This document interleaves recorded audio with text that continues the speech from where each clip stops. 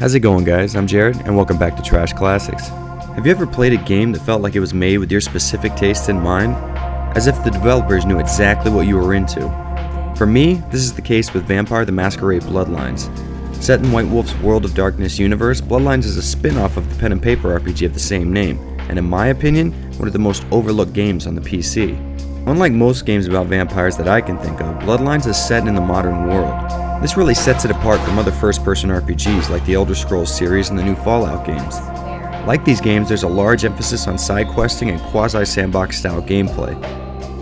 In the beginning of the game, you can choose between 7 different vampire clans, each with its own strengths and weaknesses. When your clan is selected, you can view the game's intro, in which you are seduced by a member of the clan you selected and turned into a vampire against your will. This, however, turns out to violate the vampire's strict rules on creation of one of their kind. Your maker is put to death for their crimes by Sebastian LaCroix, leader of all vampires in LA. You are spared the same fate because LaCroix believes you can be of use. After this, the game hits the ground running and expects you to keep up. You can really sympathize with your characters since you are both being thrown into this new world sight unseen.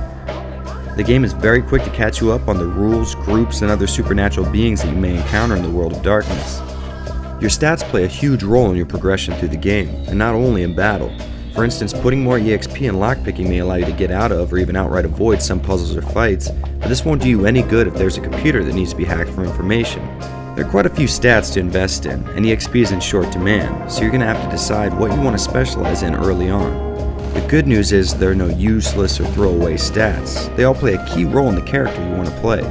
Any fans of Bethesda games like Skyrim or Fallout 3 will be very at home, as Bloodlines has branching dialogue choices and fully voiced interactions. The characters you interact with are varied and unique as far as RPGs go.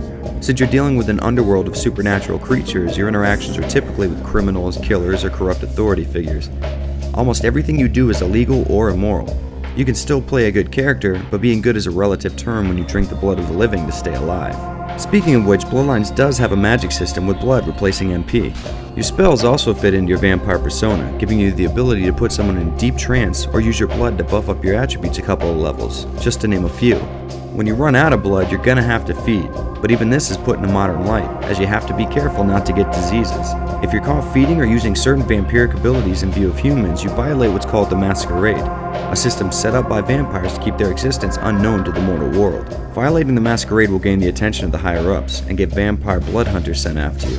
You can also lose humanity by killing too much or hurting non-combatants, and when it runs low, you're susceptible to losing control of your character if you've went too long without drinking blood. This leads to uncontrollable feeding frenzies.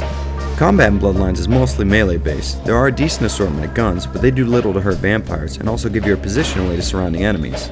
You can, however, choose to play more stealthily, killing and feeding from the shadows. Your playstyle is ultimately up to you and what stats you put your experience in. Like any first-person RPG, a lot of attention has been put into the world that you explore. The city streets are alive with activity and give off a dark and seedy feeling. There's also a lot of NPCs, from businessmen, cops, prostitutes, and anything in between. I've even witnessed a few stabbings and shootings. The architecture of the city buildings feels realistic and darkly gothic, like this nightclub run out of an abandoned cathedral.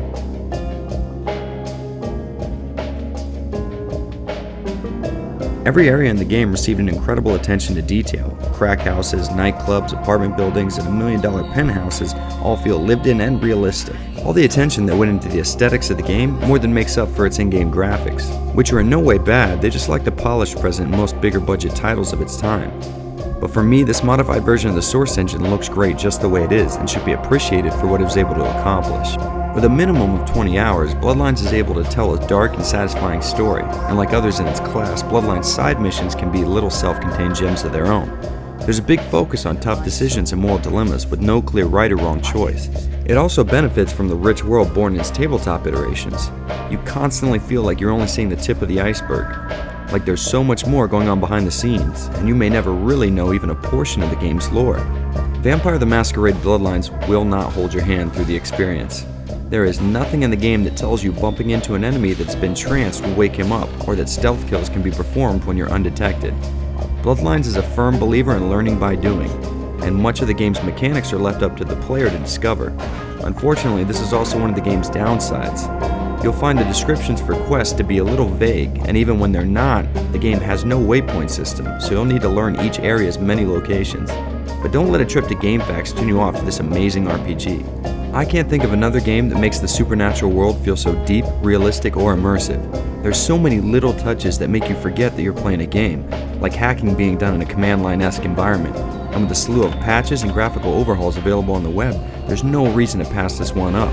Whether you're looking for a game that plays and feels like a precursor to Skyrim, or a vampire mythos to wash the bad taste of the Twilight series out of your mouth, you'd be hard-pressed to find a funner, more interesting RPG than this. And with daylight fast approaching, Vampire the Masquerade Bloodlines must return to its coffin, an eternal, trashed classic. Thanks for watching, guys. If you like this video, check out some more episodes of Trash Classics here. Now, I love getting feedback, whether it be positive or extremely positive, so leave a comment, and while you're at it, click the subscribe button for more opinionated rants broken up by terrible attempts at comedy.